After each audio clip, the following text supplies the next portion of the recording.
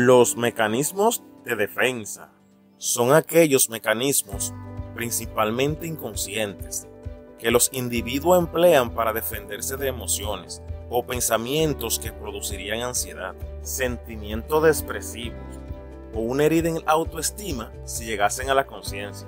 Tipos de mecanismos de defensa. Se les suele clasificar como primarios o secundarios, en función del momento de su aparición o en el desarrollo del ser humano. Cuanto más primaria es una defensa, más pertenece a las primeras épocas de la vida y más tiende a negar la realidad. Cuanto más secundaria es una defensa, más pertenece a épocas tardías del desarrollo y más suele preservar el criterio de la realidad. Los mecanismos de defensa son una parte íntegra del funcionamiento psíquico de todo individuo y solo se les considera patológicos cuando se abusa de ellos o cuando son demasiado rígidos. Existen muchas clasificaciones de los mecanismos de defensa. Aquí nos basaremos en el libro de diagnóstico psicoanalítico MSC Williams de 2011.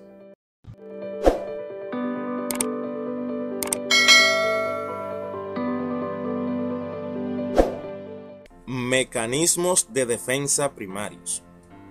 Retraimiento.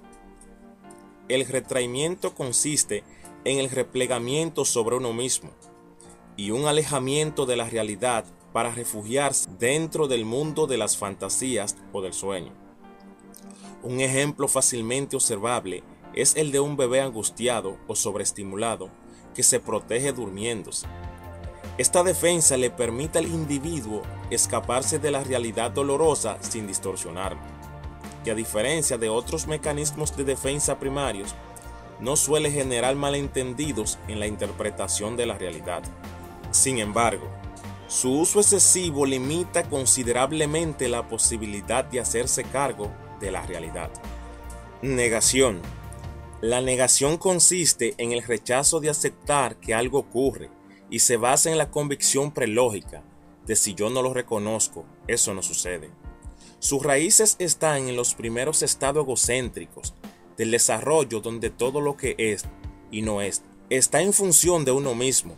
Esta defensa puede ser adaptativa en situación de crisis o emergencia, donde el pleno reconocimiento de lo que sucede sería paralizante en ese momento. Control omnipotente. El control omnipotente consiste en la fantasía de que la fuente de todo lo que sucede es los deseos de uno mismo. Se basa en el no reconocimiento de la existencia separada de los demás con voluntad diferente de la propia. En sus manifestaciones más benignas puede aparecer de que la convicción de si uno quiere algo, lo que sea, lo puede conseguir con tal de ponerse a ello. Cosa evidentemente irreal, pero motivadora. Hacer uso de esta defensa demasiado frecuentemente impedirá que el individuo pueda establecer relaciones de casualidad realistas que lo orientarían para alcanzar sus objetivos.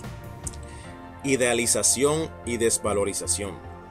La idealización consiste en la necesidad de otorgar un valor o poder especial a una persona de la que depende emocionalmente, y así poder asociarse con alguien omnisciente o omnipotente, que resolverá las dificultades de manera definitiva. La desvalorización es la cara opuesta de la misma moneda y expresa la frustración sentida cuando la realidad desmiente la idealización. Todo amor tiene una semilla de idealización. Proyección, intrayección e identificación proyectiva. La proyección es el proceso por medio del cual lo que está dentro se malinterpreta como procedente de lo de fuera, y en sus formas más acusadas tienden a producir distorsiones serias en la percepción que el individuo tiene de los demás, en sus formas más maduras en la base de la empatía. La intrayección es el proceso por medio del cual lo que está fuera se malinterpreta como procedente de dentro. En sus formas más problemáticas puede resultar en la identificación con el agresor, mecanismo por el cual el individuo intentará sobreponerse a su dolor siendo como su agresor. en sus formas más benigna, es la base de toda identificación con figuras importantes en la vida del individuo. La identificación proyectiva consiste no solo en la proyección de aspectos negativos de uno mismo, con la distorsión concomitante, sino también en la presión ejercida sobre el otro para que se comporte de manera congruente a aquello que se proyecta. Por ejemplo, se proyecta un aspecto crítico de uno mismo y luego uno se comporta de tal manera que se provocará la crítica en el otro. Escisión. La escisión consiste en la tendencia de separar el mundo y las personas en buenos y malos. Es una manera eficaz de resolver la complejidad de situaciones confusas y amenazantes, pero siempre implica una distorsión de la realidad. Un individuo que incide no se sorprenderá que considera malísima la persona que consideraba buenísima la semana pasada y tendrá dificultades de tener sentimientos ambivalentes hacia la misma persona. Disociación.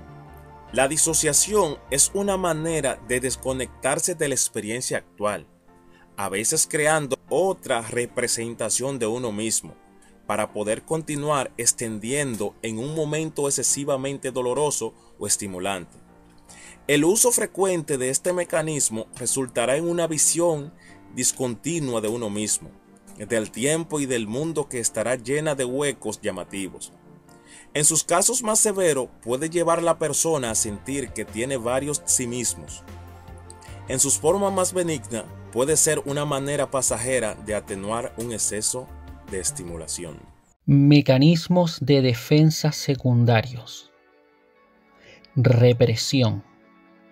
La esencia de la represión es olvidar o hacer caso omiso de algo voluntariamente después de haber tomado conciencia de ello. Es una manera de alejar un contenido de la conciencia por su potencial perturbador. Este proceso puede aplicarse a una experiencia total, a los afectos conectados a la experiencia o a las fantasías y deseos asociados a ella. Regresión. La regresión es el proceso inconsciente por el cual el individuo volverá a formas de funcionamiento más antiguas, más infantiles, para evitar el conflicto o el esfuerzo creado por el crecimiento y el cambio. Es un mecanismo común en todo desarrollo social y emocional, que nunca progresa linealmente, sino que fluctúa hacia adelante y hacia detrás. Aislamiento. El aislamiento consiste en la separación de los afectos de los pensamientos. Se puede pensar y tomar conciencia de un hecho, pero su significado emocional está aislado y no perturba al individuo. Esta anestesia psíquica puede ser útil en profesiones donde es necesario mantener la cabeza fría, tales como la cirugía o el ejército. Es diferente de la disociación en el sentido de que la experiencia no está obliterada de la conciencia, solo su componente afectivo. Su uso excesivo conlleva la sobrevaloración del pensamiento y la infravaloración del sentimiento. Racionalización. La racionalización consiste en encontrar razones que justifiquen un acto que sería vivido como conflictivo sin esas razones y entra en juego cuando no se consigue algo que se deseaba y se decide que en realidad no se deseaba tanto, o bien cuando algo malo sucede y se decide en retrospectiva que no era tan malo. Esta defensa permite aceptar las cosas con un mínimo de resentimiento, pero su uso excesivo puede llevar a que todo sea racionalizado. Anulación. La anulación consiste en el esfuerzo inconsciente de compensar alguna emoción dolorosa, generalmente culpa o vergüenza, con un comportamiento que lo borrará mágicamente.